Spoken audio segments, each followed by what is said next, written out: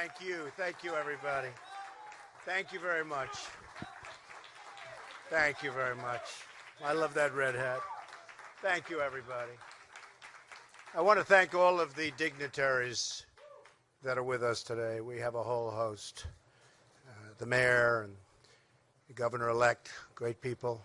It's a big victory for the governor-elect. He won very convincingly, so we're very proud of him. And, Mike has been such a wise decision for me. When people were saying, I don't know, how good is he at decision-making, they'd always say, yeah, but he picked Mike Pence. That's a good decision. And everybody loves Mike. He's become something very special. I want to thank Greg Hayes of United Technologies, because when I called him, he was right there. I wish I could have made the call when they were doing their original decision, but it worked out just as well, other than I would have liked to have had an answer a year and a half ago. We had a tremendous love affair with the state of Indiana, because if you remember during the primaries, this was going to be the firewall. This was where they were going to stop Trump, right? And that didn't work out too well. And it was a firewall for me. It was a firewall. And we won by 16 points. And the election, we just won by 20 points, almost 20 points. And that was some victory. That's pretty great. And I just love the people, incredible people. So I got involved because of the love affair I've had. This has been a very special state to us. And I'll never forget, about a week ago, I was watching the nightly news. I won't say which one, because I don't want to give them credit, because I don't like them much, I'll be honest. I don't like them, not even a little bit. But they were doing a story on Carrier. And I say, wow, that's something. I want to see that. And they had a gentleman, worker, great guy, handsome guy. He was on. And it was like he didn't even know they were leaving. He said something to the effect, no, we're not leaving, because Donald Trump promised us that we're not leaving. And I never thought I made that promise. Not with Carrier. I made it for everybody else. I didn't make it really for Carrier. And I said, what's he saying? And he was such a believer. He was such a great guy. He said, I've been with Donald Trump from the beginning. And he made the statement, the Carrier is not going anywhere. They're not leaving. And I'm saying to myself, man. And then they played my statement. And I said, Carrier will never leave. But that was a euphemism. I was talking about Carrier like all other companies from here on in, because they made the decision a year and a half ago. But he believed that was, and I could understand it. I actually said I didn't make it. When they played it, I said I did make it, but I didn't mean it quite that way. So now, because of him, whoever that guy was, is he in the room by any chance? That's your son. Stand up. You did a good job. You did a great job, right? That's fantastic. And I love your shirt. Oh, wow. Oh, put it on, cameras. Go ahead, put it on. Well, your son is great. And he meant that, didn't he? He really meant it. At first I said, I wonder if he's being sarcastic, because this ship has sailed. And then I said, it was 6:30 in the evening, and I said, boy, the first thing I'm going to do is go there, and I say, do I call the head of Carrier, who's a great guy? But I've always learned I got to call the top. And I heard about Greg Hayes. He's a great executive. I don't know if you know, United Technologies is one of the top 50 companies in the United States, and one of the top companies anywhere in the world. They make many other things other than air conditioners, believe me. Their list of companies is incredible. So I called Greg Hayes. I heard of him, but I never met him. And he picked up the phone, Mr. President-elect, sir, how are you? It's wonderful to win. Think if I lost, he wouldn't have returned my call. I don't know where is Greg? I don't know. Would you return? If I lost and called you, I don't think you would have called. I would have tried for you guys, but I think it would have been tougher, right? What do you think, Greg? Yeah, he's sort of nodding. Yes, you're right. But I called Greg and I said, it's really important. We have to do something. because you have a lot of people leaving. And you have to understand we can't allow this to happen anymore with our country. So many jobs are leaving and going to other countries, not just Mexico, many, many countries. And China is making so much of our product that we're closing up a lot of plants. And I mean, I wrote down some numbers that are incredible, but the numbers of manufacturing jobs that are lost, especially in the Rust Belt, and the Rust Belt is so incredible, but we're losing companies. It's unbelievable, one after another, just one after another. So I said, Greg, you got to help us out here. We got to sit down. We got to do something. I said, because we just can't let it happen. Anyway, he was incredible. And he said, I understand. And I said, I wish I made this call a year and a half ago. It would have been a lot easier call. Only because of your son, okay? Believe me. Your son, whoever the hell your son is, these people owe him a lot. And I just went through. He's out in the factory. I thought they were all going to be in this room. This room's not big enough. Yeah, I know. I don't know who arranged that one. Because we just visited 1,000 people in the factory that are going wild in the plant. But I will tell you that United Technologies and Carrier stepped it up. And now they're keeping, actually, the number is over 1,100 people, which is so great,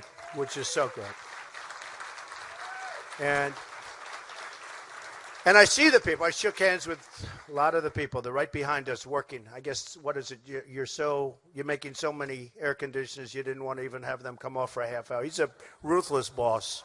He's ruthless. But that's okay. You know, I did say one thing to the Carrier folks and to the United Technologies folks. I said, the goodwill that you have engendered by doing this all over the world, frankly, but within our country, you watch how fast you're going to make it up, because so many people are going to be buying Carrier air conditioners. You know, we've had such help here. Bobby Knight. Nobody in Indiana ever heard of Bobby Knight. How great is Bobby Knight? Lou Holtz, Gene Cady. We had such incredible support. But I'll never forget, a friend of mine called up and said during the primaries, he said, you know, if you could get Coach Knight. And I said, you know, Coach Knight called me a year ago. This was a year before I decided to run. He said, if you ever run, I'm supporting you. I said, thanks, Coach. I just don't know if I'm going to be doing it. And then when he said, if you could get Coach Knight, I'll tell you, I got Coach Knight. How good was Bobby Knight as far as we're concerned in Indiana? Is that right?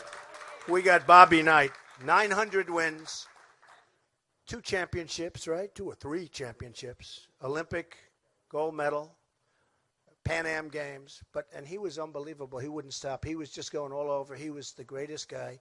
We came into an arena, Greg, and we had 16,000 people inside, outside. We had, I think, 10,000 outside. And I left. This was 3 weeks before the primary, and I left. I said, how are we going to lose Indiana with this? I didn't think we were going to lose, and we didn't. We won big. But so I want to thank all of those folks, because they really helped with Indiana and with a lot of other places. So United Technologies has stepped up, and I have to say this. They did it in such a nice and such a professional way, and they're going to spend so much money on renovating this plant.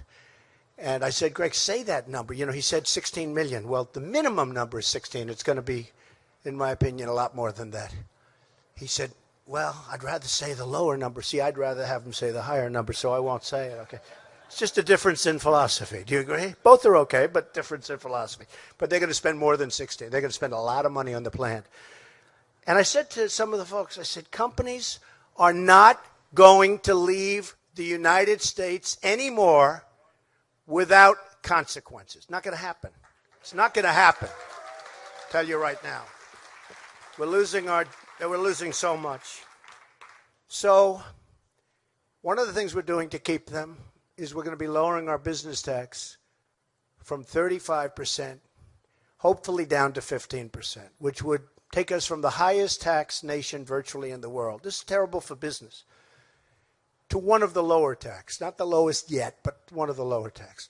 The other thing we're doing is regulations. The regulations are, in fact, if I asked Greg and your folks, you would probably say regulations might be worse for you than even the high taxes, which is the biggest surprise of the whole political experience. I thought taxes would be number one, regulations would be up there someplace.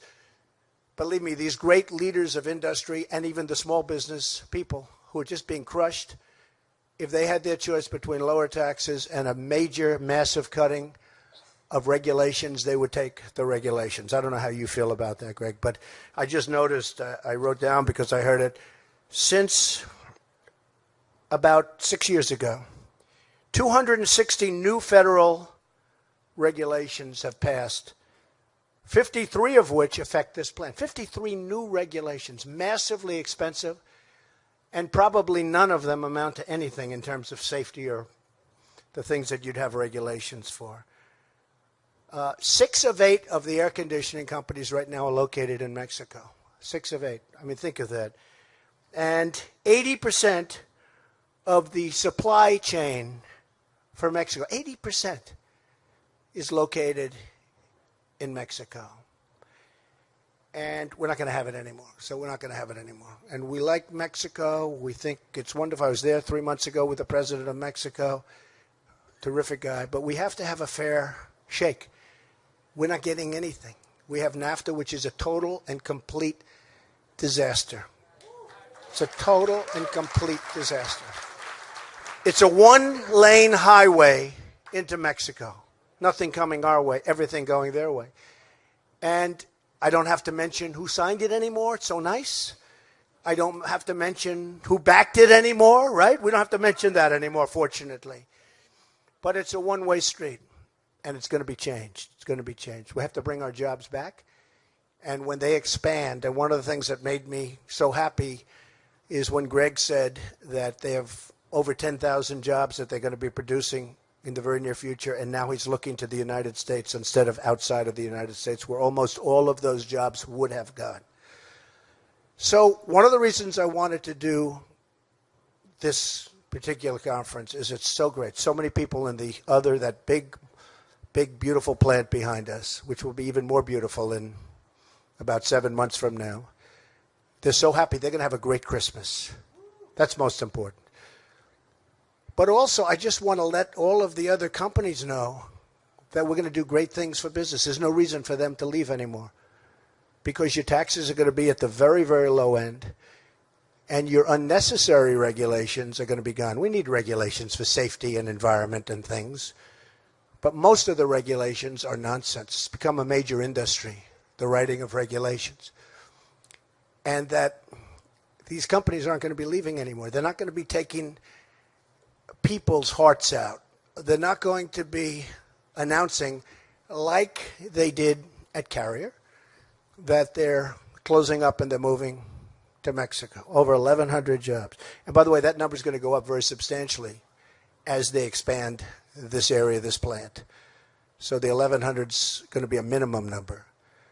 So I just want to thank everybody, and specifically I just have to thank the people that I met backstage. Incredible people. The spirit, the love. People are crying. I mean, they're all crying. And it's taken us a little while.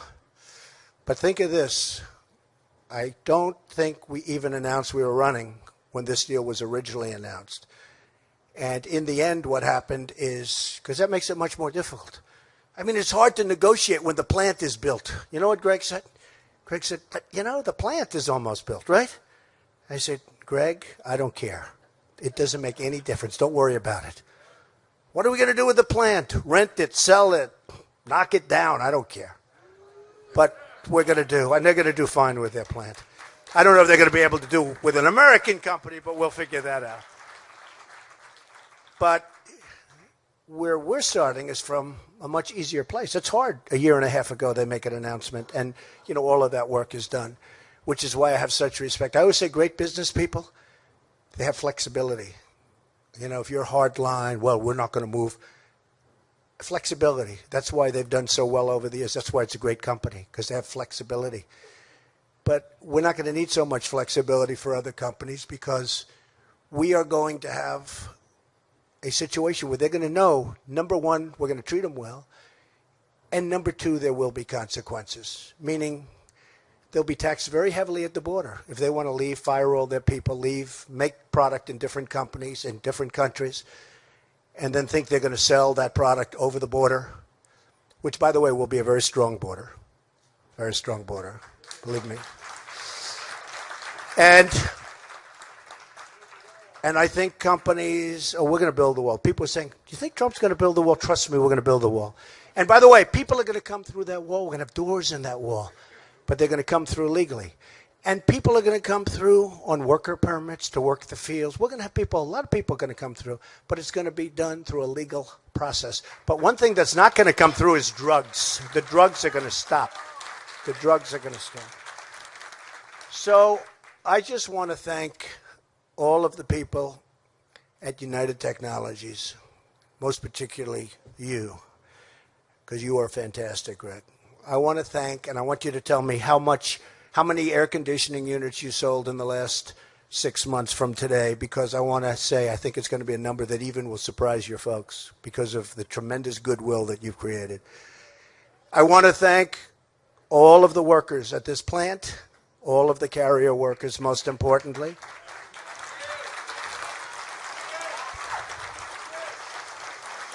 I want to thank my great